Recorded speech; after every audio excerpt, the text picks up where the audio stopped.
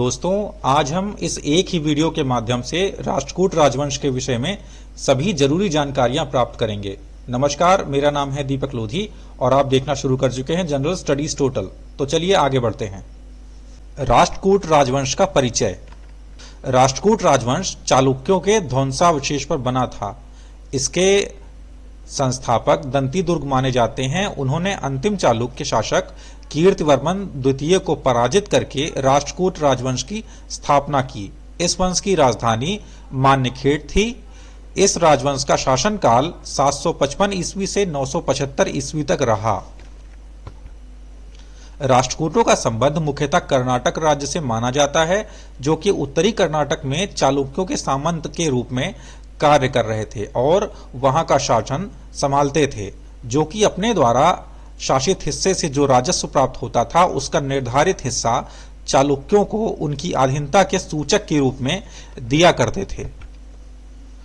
अब हम राष्ट्रकूट राजवंश के उदय के विषय में चर्चा कर लेते हैं। सब कुछ सही चल रहा था, लेकिन चालुक्य शासक कीर्तिवर्मन द्वितीय के शासनकाल के दौरान चालुक्यों के सामंत राष्ट्रकूट दंती दुर्ग ने कीर्तिवर्मन को राजस्व में से हिस्सा देने से मना कर दिया। ऐसे में कीर्तिवर्मन द्वितीय ने दंती दुर्ग पर आक्रमण कर दिया, परंतु हुआ ये कि इसमें कीर्तिवर्मन की ही पराजय हो गई और यहीं से दंती दुर्ग ने राष्ट्रकूट राजवंश की नींव डाली। इस तरह से राष्ट्रकूट उत्तरी कर्नाटक तक सामंत के रूप में सीमित थे। वो अब दक्कन में जीत हासिल करके वहां के भी शासक बने और मान्यखेड़ को अपनी राजधानी बनाकर वहां शासन करने लगे। अब हम राष्ट्रकूट राजवंश के विस्तार के विषय में चर्चा कर लेते हैं।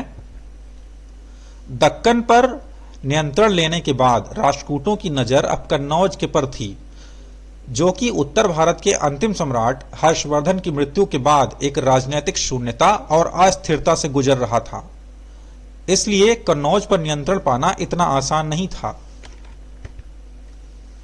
क्योंकि गुजरात और मालवा क्षेत्र में शासन कर रहे थे गुर्जर और प्रतिहार बंगाल और उड़ीसा के क्षेत्र में पाल शासक शासन कर रहे थे।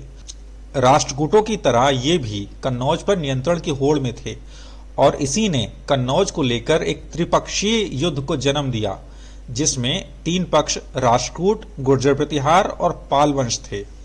राष्ट्रकूट राजा दंती दुर्ग को अच्छी तरह मालूम था कि अगर उनको कन्नौज की ओर बढ़ना है तो उनको मालवा के क्षेत्र को अब जीतना होगा, जिस पर गुर्जर प्रतिहार वंश राज कर रहा था। इसीलिए दंती दुर्ग ने किया भी ऐसा ही। उन्होंने गुर्जर प्रतिहारों को हराकर मालवा पर कब्जा कर लिया। परंतु बड़ा प्रश्न ये उठता है कि क्या राष्ट्रकूट कन्नौज पर कब्जा कर पाए?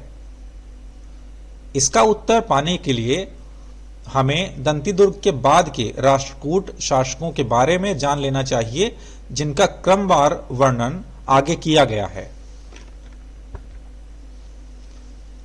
राष्ट्रकूट साम्राज्य के महत्वपूर्ण शासक। दंती दुर्ग के बाद कृष्ण प्रथम सिंहासन पर बैठते हैं।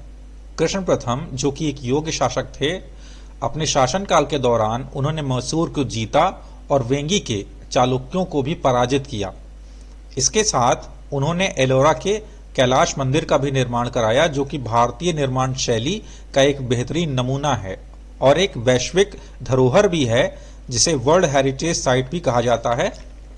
उसके बाद गोविंद तृतीय की चर्चा कर लेते हैं। कृष्ण प्रथम के बाद सिंहासन पर गोविंद तृतीय बैठते हैं और वे भी कृष्ण की ही भांति एक योग्य शासक थे। उन्होंने अपने शासन के दौरान गुर्जर प्रतिहार राजा नागभट्ट द्वितीय को परास्त किया और इसी के साथ उन्होंने पालों के राजा धर्मपाल को भी पराजित किया। इसकी जानकारी हमें संजन अभिलेख से प्राप्त होती है। यह अभिलेख गुजरात के वलसाड क्षेत्र में है, जिसके बाद गोविंद तृतीय ने कन्नौज पर अधिकार कर लिया और कन्नौज पर शासन करने वाले वे पहले राष्ट्रकूट राजा हुए। अब हम अमोघ वर्ष पर चर्चा कर लेते हैं। गोविंद के बाद अमोघ वर्ष राष्ट्रकूटों के अगले राजा हुए। उन्होंने आगे चलकर जैन धर्म अपना लिया और इसी के चलते इनकी युद्ध में अधिक रुचि नहीं रही, जिस वजह से उन्होंने कन्नौज को तो गवा ही दिया, साथ साथ मालवा से भी इनका शासन समाप्त हुआ। परंतु इससे इन्हें कोई फर्क नहीं पड़ा, क्योंकि इनका मन युद्धों से अधिक सांस्कृतिक विकास की ओर लगता था, जिसके चलते इन्होंने मान्यखेट को अधिक विकसित किया और एक काव्य ग्रंथ कविराज मार्ग की भी रचना की, जिसे कन्नड़ साहित्य में एक महत्वपूर्ण स्थान प्राप्त है। अब हम कृष्ण तृतीय की चर्चा कर लेते हैं। कृष्ण तृतीय की सबसे बड़ी उपलब्धि तक्कोलम का युद्ध है, जिसमें उन्होंने चोलों पर विजय प्राप्त की थी और जिसमें उन्होंने तोंडई मंडलम क्षेत्र के साथ साथ कांची को भी जीता, जिसकी वजह से चोलों को दोबारा खड़े होने में करीब 30 साल का समय लगा। इसके बाद कृष्ण तृतीय रामेश्वरम तक पहुंचे, जिसके चलते उन्होंने कुछ समय तक रामेश्वरम पर भी शासन किया और वहां पर एक मंदिर का भी निर्माण कराया, जिसे कृष्णेश्वर ज्योतिर्लिंग मंदिर कहा जाता है। इसके बाद के राष्ट्रकूट राजा इतने योग्य नहीं हुए, जिसके चलते राष्ट्रकूट वंश का 975 ईस्वी तक पतन हो गया। दोस्तों, अगर आपको ये लेक्चर पसंद आया हो तो कृपया मेरे चैनल को सब्सक्राइब करें, लाइक करें, कमेंट करें, शेयर करें, ताकि मुझे और मोटिवेशन मिल सके इस तरह की वीडियोस बनाने के लिए। Thank you.